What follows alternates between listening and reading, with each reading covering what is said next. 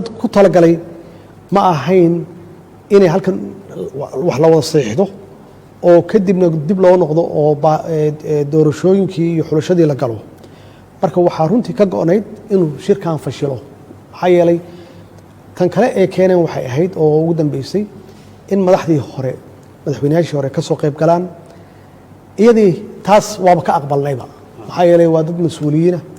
ee dalka madax uga soo noqday horey waaba ka aqbalnay iyada taas oo markiiba waxba muran lama gelinba laakiin waxaan filaynay inta kale oo qodob ay keeneen inay tahay qodobo iyaga aan awood u siinayn inay ka dhigaan qiil ka dhigtaan si shirka uu socdo taas darteed markii 3 beri lagu doodayay oo runtii si kasta loola hadlay oo la yiri walaalayaalow September 17 idinka askale idinka keensaday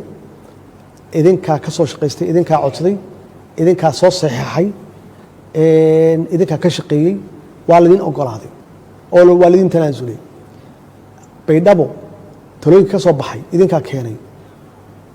oo in lagu daro heshiis horey loo saxiixay oo dhamaaday waalidin ka aqbalay iyadana marka wixii idinku aad awal keensateen oo idinka aad curiseen oo aad ka shaqeyseen qaad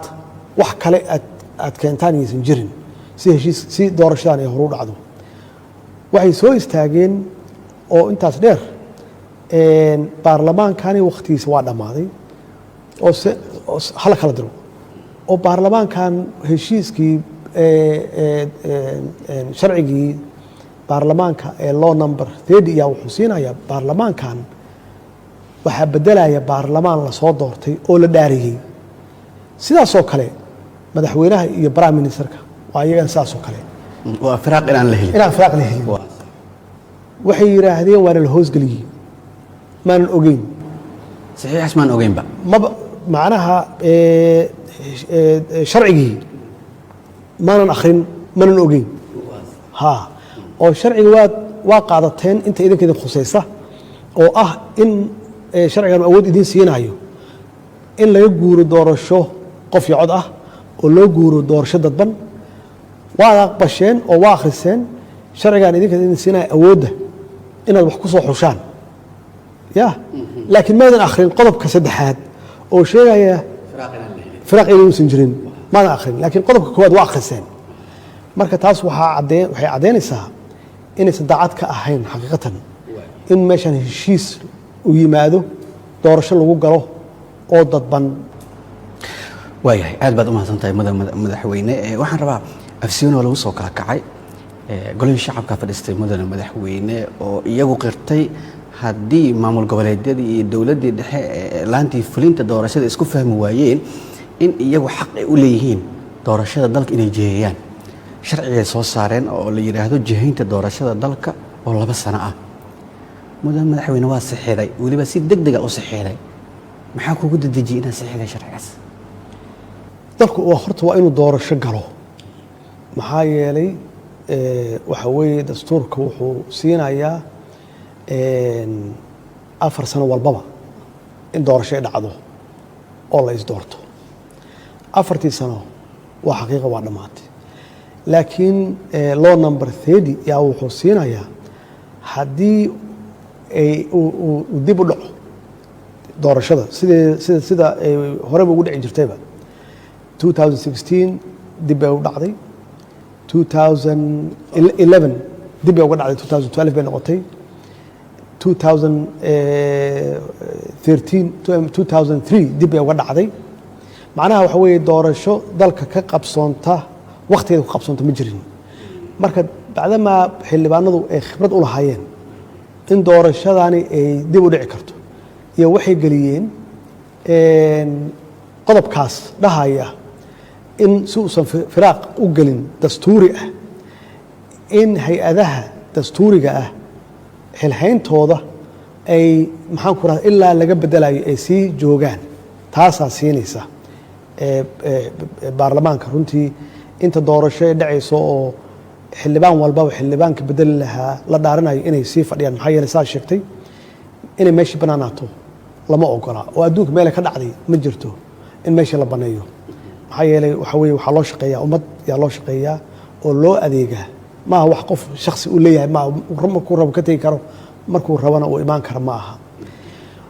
mas-uuliyad baa saaran marka xildhibaanada iyo baarlamaanka bacdama ay yihiin hay-adda ugu sarreysa sharci dejinta waxa weeye awooddii waxay siiyeen dowlad goboleedyada oo sharcigii ahaa law number 30 iyay ku siiyeen markii heshiiskaas siyaasadeed la galay haddaba waxay sugayeen baarlamaanku inay aadaan goobahoodii tartanka ay ka qayb galaan qofkii soo noqdana ha soo noqdo qofkii ay soo noqon waayeen haddii tiis wakhtigiisa saas ahaa ma ay helin oo waxaa meeshan caqabadan oo puntland iyo jubbaland ay ka shaqaynayeen 7 bilood yaa taagnaa dalkiina dee hore uma socdo soo ma fahmin dalkii hore uma socdo waajibaadka marka saaran oo dastuuriga ah baarlamaanka waxa weeye bacdama aan nahay dal xor ah oo siyaasaddiisana u madax bannaan in haddii ay shaqayn weyday heshiiskii siyaasadeed oo weliba ay ka shaqayn weyday 2 dowlad goboleed inay iyagu dib u qaataan mas-uuliyaddoodii waxay sameeyeen waa mas-uuliyaddoodii way waxay sameeyeen oo ah hadday shaqayn weyday shalay tii ansixiyeen September 17 oo ay wax ka soo noqdeen oo 3 qodob dib looga daray oo aan dastuuri ahayn sharcina ahayn 3daas qodob kuma jirto September 17 kuma jirto laakiin waa laga dabageeyey iyadoo sharci ahayn bacdama ay caddaatay inay taagan yihiin labadan dowlad goboleed baarlamaanka hala kala diro dowladnimada hala kala diro ciidamada hala kala diro oo beesha caalamka dee haloo hoos fariisto dowladnimadeennii qarannimadeenni meeshaas ha ku baaba'do dee mas-uuliyad baarlamaanka saaran waxay tahay in ay qaataan waajibaadkooda waayahay waa mahadsantahay mudan madaxweyne waxaan rabaa inaan ku noqdo qodobkii ugu dambeeyey hadda ay ahaa puntland iyo jubbaland madaxdooda waxay codsadeen in baarlamaanka la kala diro taliyaasha ciidamada la kala diro maxay bedel oo hayaan haddii baarlamaanka dalka la kala diro oo baarlamaan bedela aan lahaynin dagaal al-shabaab lagula jiro oo beriiri oo dhiigla waxa ka dhacay aan ka ognahay ciidamada qalabka sida saraakiishoodii haddii la kala diro yaa bedelaya leeyihiin anigu waxaan aaminsanahay wax loo soo dhiibay inay tahay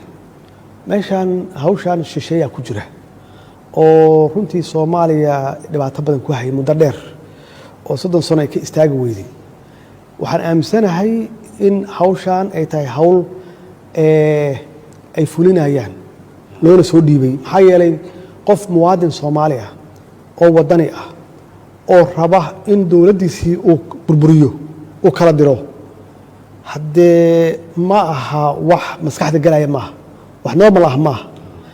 weliba qofka uusan ka xishoonin uu leeyahay waxaan rabnaa qolooyinkan beesha caalamka ah inay garantoor noo noqdaan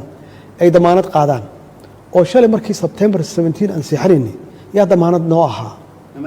nalama dhex fadhin annagaa